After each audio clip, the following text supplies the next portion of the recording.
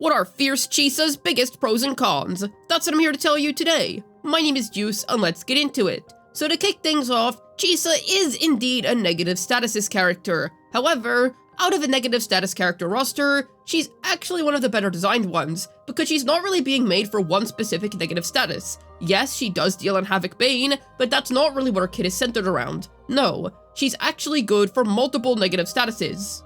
Actually, multiple is underselling it, because I believe that whenever we get even more negative status characters in the future, she is also going to be good for them as well, because she's able to increase the damage that any negative status character deals regardless of what type of negative status they deal in.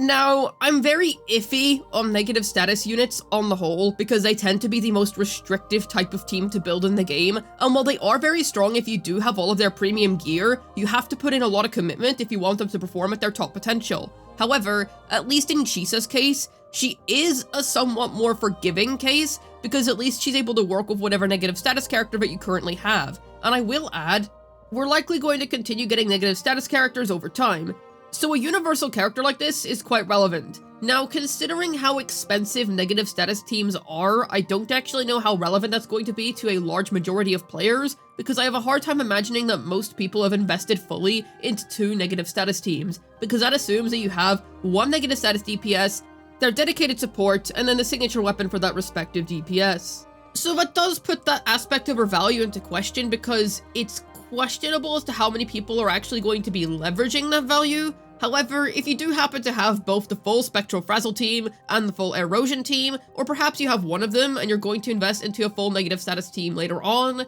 well then this aspect of Chisa's value is going to be relevant to you. And it's also nice because a big issue that negative status characters tend to have is how rigid they are in terms of their team building and usability. However, Chisa's a negative status character that tries to break out of that a little bit.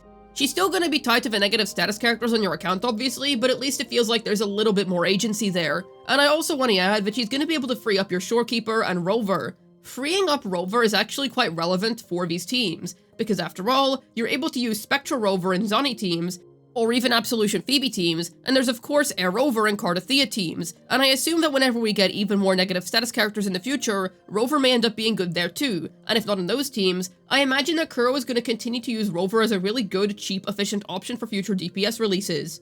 So being able to free up Rover is unironically pretty nice, because more often than not, he keeps being used as a good budget unit for future characters. So whether you just want to free up your Rover for one of your characters that you already have, or if you just want to free him up for the future, well then Chisa's going to be able to do that for you. And there's obviously freeing up Shorekeeper. Considering how universal that character is, it's always nice to be able to free her up, so that somebody else is able to use her. She just ends up being a handy third slot teammate on the whole, especially for accounts that are really invested in the negative status archetype. Because like I said, if you use Chisa in, say, your Cardathea team, then you're able to use Spectral Rover in your Zoni team, and considering how Spectral Rover is honestly quite strong in those teams, being a really formidable third slot teammate all things considered, that actually has a really nice edge of value to it. So this is a very nice positive quality of Chisa's. She's very efficient when it comes to freeing up things on your account, and also just being versatile on the whole when it comes to your negative status roster. It should also be noted that she's going to be able to do some personal damage of her own. She's going to be able to apply Havoc Bane to enemies, and thus be able to deal damage to them via Havoc Bane. I don't think that her damage is going to be anything revolutionary, but it's going to be a nice additional thing that she's able to do. So not only is she going to be able to buff, but she's also going to be able to contribute some extra damage to your team, even if her own negative status type doesn't actually contribute to the rest of the team's negative status type. I am curious if Kuro's going to do anything with Havoc Bane in the future, considering that we do now have Chisa who is an applicant of it, but for now, she's just able to do some nice personal damage with it, and that makes her a decent enough sub-DPS. I do want to quickly warn against pulling Chisa if your main incentive is damage. This is not a Brent situation, this is not a Yuno situation. I do not suggest pulling Chisa as a main DPS. Don't do that. That is not a good idea, and she is very particularly being designed as a great third slot teammate for negative status characters. Just wanted to emphasize that there, because usually great personal damage does mean that you can DPS a character, but in Chisa's case, that is not true. I am just saying that she is a third slot teammate that is also able to add on some damage, which is a pretty nice thing, because it's better than not being able to do any damage. It also just helps sweeten the entire deal of her kit. Another nice little pro that I should mention that's a bit of a smaller thing is that she has some grouping in her kit. It's nothing too big, you can see it in the footage that Kuro officially revealed, but at least it's something nice. It's going to be nice for Whimpering Wastes, and it's just an additional bonus thing that's going to make her a little bit more comfortable to play. However, we now have to talk about Chisa's cons. With the one that I want to open up with being, let's say that you only have one fully built negative status team. You can just use Rover there.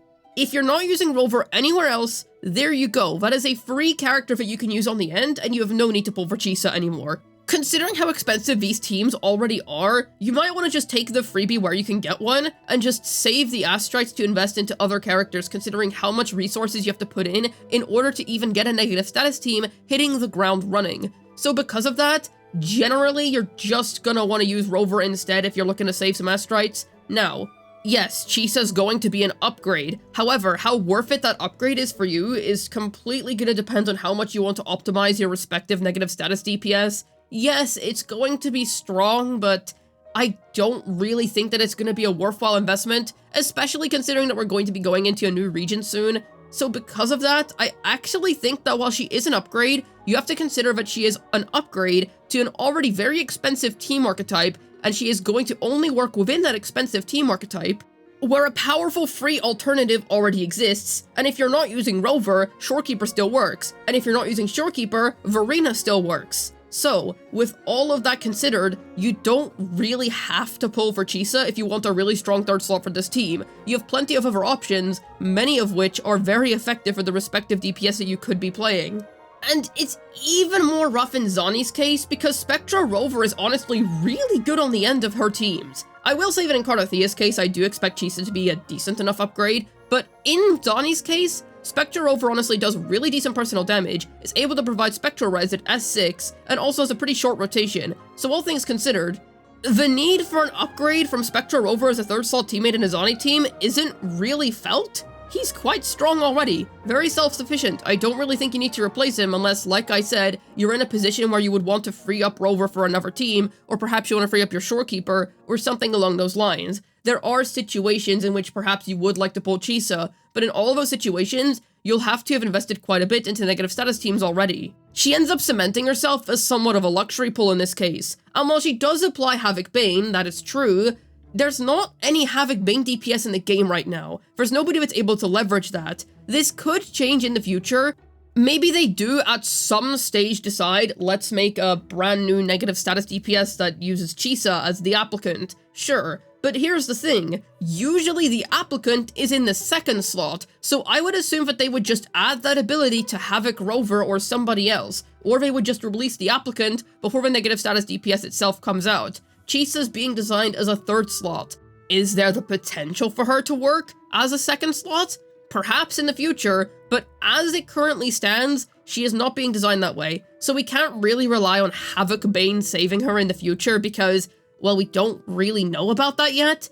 I mean, maybe it will, but for now, it's more just a bonus thing in her kit that allows her to do some more personal damage. And then finally, her value proposition just isn't that high. What I mean by this is, like I said before, she's quite costly in the sense that because this team archetype is inherently expensive, it inherently asks you for so much high investment in order to even just get it working. Pulling an entire unit for that archetype, I'm gonna be honest, that is a very tall ask.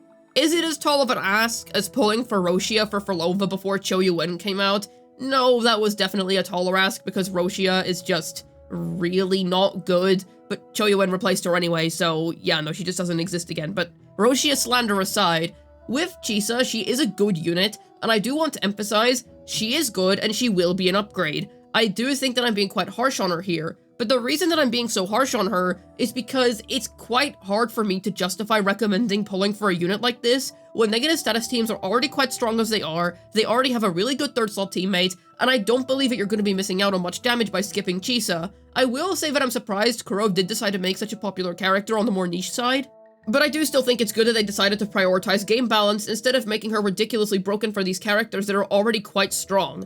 A significant buff to Cardothea's damage output would not be a good thing, and I think it's good that they refrained from doing that. But I do still think it's good all around that we have this option, and she's gonna be nice because there is still definitely a use case for her, and I can definitely still see her being useful on accounts, because freeing up Rover is relevant, especially when we're going into a brand new region. Rover is most definitely going to be used somehow there. I don't know when, but it's likely that we're going to see Rover appear in some teams in some way, shape, or form. Maybe it's about time that we get a new Rover element. Who knows? But all I know is that freeing up Rover isn't exactly a bad thing. So sure, yes, Rover does exist for these negative status teams, but if you do want to free up the character, or you just don't want to use Shorekeeper there, or whatever your reasons may be, Chisa can fill those shoes for you. So I would like to say, Chisa is strong. I don't want to say that she's absolutely busted.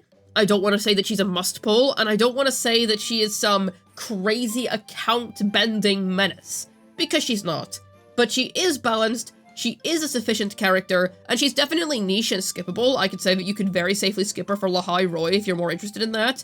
However, you could just as easily pull her for your negative status team, and be more than sufficiently happy with what she's going to do for you. Hopefully this video is able to tell you Chisa's biggest pros and cons. This has been Juice, signing out, and good luck saving for your killer high school lady.